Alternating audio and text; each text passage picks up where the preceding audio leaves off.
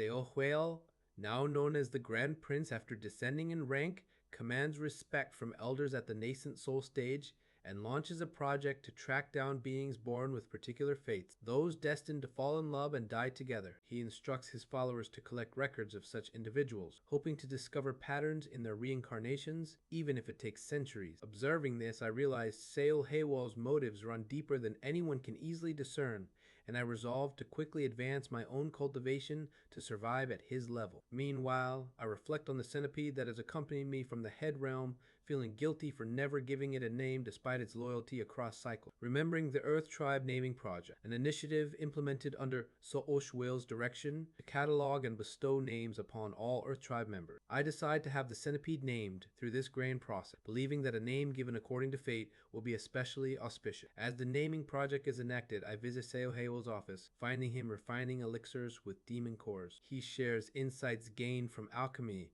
demonstrating how the forced separation of yin and yang energies can generate endless power, a principle he muses could apply to demon beast cultivation as well. Afterward, I proceed to the administrative department overseeing the naming project, where a stag beetle demon beast helps arrange for my centipede to receive a name and offers to introduce me to centipede demon beasts who might help it awaken spiritually. The centipede receives the name Hongfan, meaning great plan, a name said to be perfectly aligned with its fate. Though the name feels familiar, I focus on the next step and travel to meet the centipede race within the insect tribe, the most humble among the Earth tribe's major races. There, I learn the sacrificial name, spirit, steel, great method, a ritual originally used by the Heaven tribe to awaken the spiritual nature of pets. With gratitude, I pay for the method and return to the Sea Dragon Palace. Preparing the ritual with Yuanyu, I carefully channel spiritual energy into Hanfan and call its name 3 times, igniting a transformation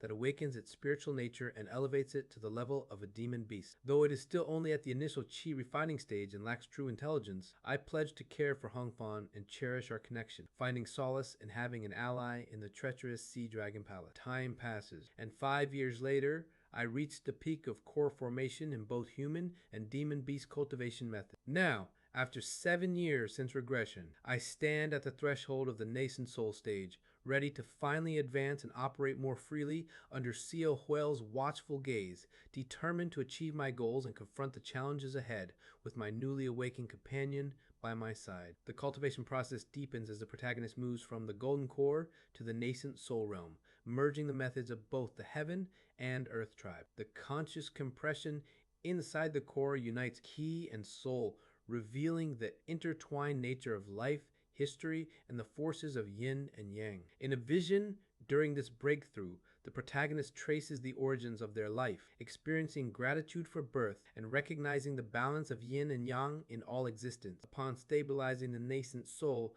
the protagonist faces the heavenly tribulation. Using the Black Dragon's tie-in power and the combined methods of heaven and earth, they manipulate the forces of the tribulation, enduring it and ultimately shattering the dark clouds to reveal clear skies. With the addition of the Black Dragon's power, the protagonist now surpasses their cultivation from the previous life. Seo Huel appears with Gu Rion, both expressing admiration for the protagonist's rapid advancement. Over the past 7 years, Gu Rion and Seo Huel have grown closer, partly due to the protagonist's efforts to keep Seo Huel's attention diverted. As they celebrate the achievement, Seo Haywal announces his plan to leave the Earth Tribe's territory to gather materials for the Orthodox Axis Foundation, a rare and respected method for progressing in the 4-axis stage. Gu Rion explains the significance of the 5 elemental realms and the superiority of Orthodox over Heterodox Axis Foundation, but Seo Hayal's subtle reactions suggest there's more to the relationship between the realms and the 5 elements than is commonly known. Before departing, Seo Haywal offers the protagonist a jade bottle containing his true blood, symbolically accepting them fully into the Sea Dragon race and appointing them as a prince. This gesture is meant to bind the protagonist to the Sea Dragon Palace and maintain a connection, especially as a liaison between Seo Huel and Gu Rion during Seo Huel's absence. Though unsettled by the implications, the protagonist realizes there is little choice but to accept, as both Seo Huel and Gu Rion press for a favorable response, promising status and recognition within the dragon race. Caught in a delicate trap laid by Seo Huel, there is no way to refuse his offer of true blood without risking exposure or making enemies of both him and Gurion. Although considering several desperate options to avoid accepting the blood, ultimately there is no choice but to proceed. Gurion, at Seal Huel's suggestion, is to supervise the process, making it impossible to secretly use forbidden techniques to reject the blood. As the ritual begins and Seal Huel's blood is ingested, fierce struggle breaks out inside, the sea dragon's blood trying to merge with the black dragon's true blood already present. Gurion warns against forcibly merging the bloodlines, but in a desperate attempt to destroy any hidden schemes Seal Huel might have embedded, the black dragon's power is unleashed to devour Seal Huel's blood entirely. The result is catastrophic. The black dragon's energy rages out of control, threatening the shattered body, golden core, and nascent soul alike. At the brink of death, a forbidden puppet circuit is carved into the golden core, channeling the energy just enough to survive the process. Gyu Ryan's fury at this recklessness is terrifying, her cultivation, world authority pressing down with suffocating force, but Seo Huel intervenes, maintaining the appearance of harmony in front of her. Despite his gentle words, Seo Huel's true feelings are revealed in his gaze. Suspicion and a chilling intent to eventually eliminate any threat. Realizing the precariousness of the situation, the protagonist resolves to use the time before Seo Huel's return to grow stronger and prepare. Afterwards, at Yu Rion's suggestion, the group visits the Immortal Demon Tower, a unique tavern crafted from the shell of a legendary turtle demon, where high-level cultivators gather to enjoy immortal wine and performances. The atmosphere is refined, and a powerful restriction is placed on all present to heighten the impact of the musical performance. The musicians, composed of various beastly forms, deliver a mesmerizing show, especially the Spider-Woman, whose mastery of the zither stands out. After the performance, feigning casual interest, the protagonist bribes a monkey server to gain access to the musician's dressing room. There, after expressing admiration and rewarding the group, he arranges to speak privately with the Spider-Woman. Once alone, a sudden confrontation reveals her true identity as a member of the Heart Tribe, the same who manipulated the Crimson River Heart essence before. The two immediately clash, music and sword meeting in a surge of power, as the protagonist is flung back by the force of her zither, igniting the thrill of a true duel between equals. Shaking off the remnants of a shattered dream, the clash resumes in the dressing room between the wielder of the formless sword and the enigmatic Spider-Woman, Yu Hua. Both possess formidable powers, but as the fight unfolds, it becomes clear that their true battle is not merely of weapons or force, but of mind and heart essence. Rather than brute strength, Yu Hua's tactics revolve around dreams, illusions, and the overwhelming desire for rest, drawing her opponent into a world where the boundaries of reality blur and sleep becomes a deadly poison. Yu Hua's mastery of her zither and the crimson river she commands nearly subdues her adversary, lulling him toward unconsciousness with melodies that permeate the soul. Yet, despite the seductive pull of rest, something not tasted in countless years of hardship and struggle, the refusal to yield prevails. In a defiant act, pain becomes an anchor to reality, and the will to seek enlightenment fuels resistance against her heart, essence of sleepiness. Their battle intensifies, each move a struggle to transform imposed limits into opportunities for growth. The formless sword adapts, finding ways to cut through Yu Hua's afterglow defenses and the musical web she weaves, even as drowsiness and illusion threaten to drown all clarity. But with every boundary of fatigue surpassed, the sword's bearer grows ever more adept, turning the poison of sleep into a wellspring of resilience. As the contest reaches its zenith, their heart essences intertwine, allowing glimpses into the depths of each other's souls. The story of Yu Hua unfolds. Born a half-spider, half-human, sold into slavery, forced to play music without rest, and ultimately finding her liberation and power through the very exhaustion that once tormented her. Her desire for slumber shaped an unparalleled mastery of sound and illusion, culminating in her awakening as a member of the Heart Tribe. Emerging from the shared dreamscape, the formless sword finds Yu Hua defeated, her instruments split, and her secrets laid bare. Yet, in this exchange, mutual recognition and respect blossom. Yu Hua, still sleeping while awake, acknowledges the tumultuous life of her opponent and extends an invitation. Once her mission concludes, she will welcome him into the Heart Tribe, should he desire it. The battle, far from breeding enmity, forges a new understanding between two souls shaped by hardship, striving, and the relentless pursuit of meaning within the endless cycles of struggle and enlightenment. After a brief but meaningful exchange, trust is established between two Heart Tribe members through their unique ability to perceive each other's essence, fostering an immediate sense of understanding that would seem reckless to outsiders. The protagonist reflects on the mystical technique that allowed him to glimpse fragments of another's memories during intense emotional moments, and he contemplates ways to use his cultivation methods to penetrate deeper into the pasts of others, particularly Seo Hueo. Various risky techniques cross his mind, but he dismisses those that might put his soul or consciousness in danger, considering instead the possibility of collaborating with the Mad Lord, though he quickly realizes the risks of dealing with someone so untrustworthy. With these thoughts, he returns to the immortal demon tower, where the consciousness of cultivators is restrained for the performances. As the evening's events unfold, he slips through the building, using his advanced skills to remain undetected even by those with profound spiritual awareness. On the fourth floor, he witnesses a confrontation between Gurion and Seo Huel, driven by jealousy and love. Gurion, in a fit of emotion, uses an ancient spell, the Vast Cold Oath, sealing her bond with Seo Huel through a kiss. The protagonist is nearly caught spying due to the metaphysical effects of the spell, but manages to escape detection just in time. Later, Gu Rion confronts him, having sensed his presence during the spell. She confides in him the pain and jealousy she felt upon seeing Seo Huel with another woman, a human, which compelled her to use the binding spell. The protagonist offers pragmatic advice, warning her of Seo Huel's history with women and suggesting that she focus on increasing her cultivation to secure her position. Yu Rion, inspired, vows to reach a higher stage and take Seo Huel as her husband, hoping that her superior strength will prevent him from straying.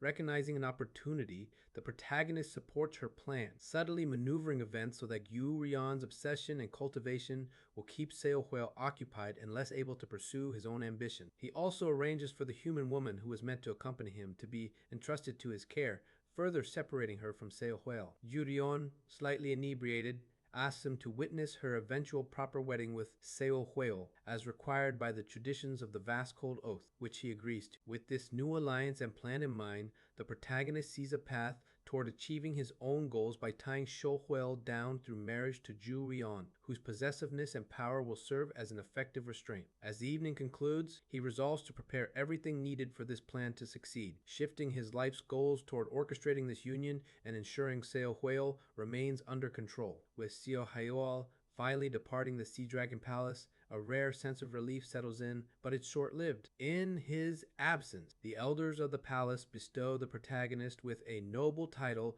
and the Grand Prince's true blood, along with heavy responsibilities and strict surveillance. 10 powerful palace warriors are assigned to watch over every move, and a month-long deadline is set to master the demanding Sea Moon True Dragon transformation for an upcoming ritual. Still, these restrictions hold little real power, as the protagonist now controls the palace's core enchantments and barriers through the secretive Mad Lord circuitry, making the entire Sea Dragon Palace little more than a puppet at his command. Seizing this hidden advantage, the protagonist arranges a secret meeting with Yu Hua, who easily bypasses the palace's defenses with inside help. She's there to rescue Baek Nyong, whose white goat race now lives in luxury as privileged enforcers over other enslaved tribes, a shocking reversal from their former status. Yu Hua is stunned by this corruption, but Baek Nyong, wielding a dragon-scale whip and wearing an air of twisted pride, rejects her concern. He claims his race's former suffering was due to weakness and laziness, and now that they're strong, they are simply taking what they deserve. Yu Hua tries to reason with him, reminding him of their shared vow to free the oppressed, but he is unrecognizable, utterly convinced that the Grand Prince's heart essence is a paradise and refusing to believe he's been brainwashed. As Yu Hua's frustration boils over, she attacks, determined to snap her once disciple out of his delusions. Baek Nyong, however, uses a dangerous mental awakening technique, burning his own life force to resist her hypnotic music. Their clash is fierce, with Baek Nyong's whip infused with the power of his expanded consciousness, pushing both combatants to their limits. All the while, the protagonist manages damage control, but cannot prevent the commotion from drawing the attention of the Sea Dragon clan's most formidable elders. As the palace's heavenly being warriors converge, Yu Hua warns the protagonist to flee, announcing she will reveal a supreme secret of the Heart Tribe, the third stage of manifestation called Last Quarter, the final moon. Despite her warnings of grave danger, the protagonist chooses to stay and witness this forbidden power firsthand, eager for a glimpse beyond the realm of treading heavens. Yu Hua, burning her life and unleashing the esteemed one's strike, fills the world in sunset glow as the true might of the Heart Tribe is revealed, a force so overwhelming it explains why even the mighty heaven and earth tribes fear them. In the fading light, the world stands on the verge of transformation, and the protagonist finally understands the reason for that fear. Yuhua awakens from a long period of inner wandering, torn about whether to sacrifice a significant portion of her remaining lifespan for the sake of her disciple Baek Noyoung, and for a greater cause against the Earth Tribe. Her doubts vanish as she touches her beloved zither and sees Baek Nyong accepting responsibility for the state of her disciple and resolving to act. Recognizing that Baek Nyong's self-brainwashing is too deep to break with ordinary means, she resolves to use the third stage of manifestation, knowing it will take an immense toll but is necessary for a powerful shock. As she plays, the world around Cloudheart Lake is engulfed in a crimson force that feels to the demon races like a heavenly tribulation, though it comes not from the sky, but from beneath the lake, radiating from her music. The protagonist, recognizing the unmistakable force of heavenly tribulation, withstands Yuhua's performance by mustering all his power and insights, determined to observe and learn how she unleashes this realm beyond treading heavens. The music, both beautiful and terrifying, nearly overwhelms his mind, and he briefly loses consciousness. Regaining his senses, he finds the Sea Dragon Palace and Coral Village utterly destroyed, with everyone except himself and Yu Hua rendered unconscious by her music. Only a fraction of the Sea Dragon Elders remain, but even they have been effortlessly neutralized. Yua explains that her ability to put so many to sleep was made easier because they had all previously heard her melody, which lingered in their heart essence, making them vulnerable to her art. Some demon races who had not heard it are quickly subdued with just a few more notes. Understanding the magnitude of Yuhua's power,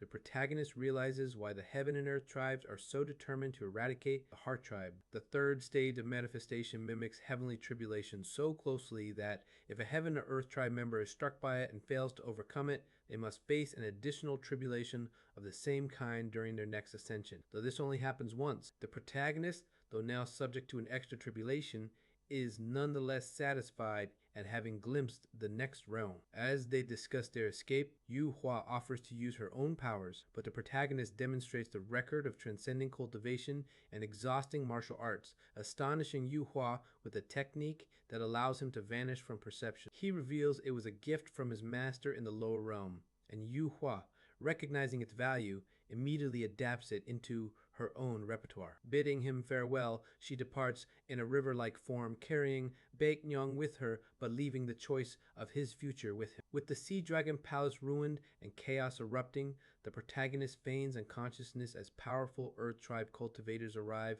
searching for the Heart Tribe invader. Their presence ensures the Sea Dragon Elders will be too distracted to assign him further duties, freeing him from their control. Now, he prepares to move independently, seeking out other demon races wronged by Seo Whale, setting the stage for his own betrayal and the next phase of his plans. After the Heart Tribe's attack on the Sea Dragon territory, chaos and confusion reign, as survivors describe their assailant in wildly exaggerated terms thanks to Yu Hua's manipulation of their memories. This misinformation spreads among the sea dragons and cultivators, with everyone desperate to make sense of the threat. Yu Ryan, the arc-controlling envoy of the True Dragon Alliance, arrives amid the turmoil and reassures the Sea Dragon Elders, but also warns them about the true danger of the Heart Tribe. Their powers are so formidable that encountering one at the level of a heavenly being is as perilous as facing a heavenly tribulation itself. For the Sea Dragon Elders, who already struggle with tribulations at every advancement step, the news is devastating, but Gurion promises that those affected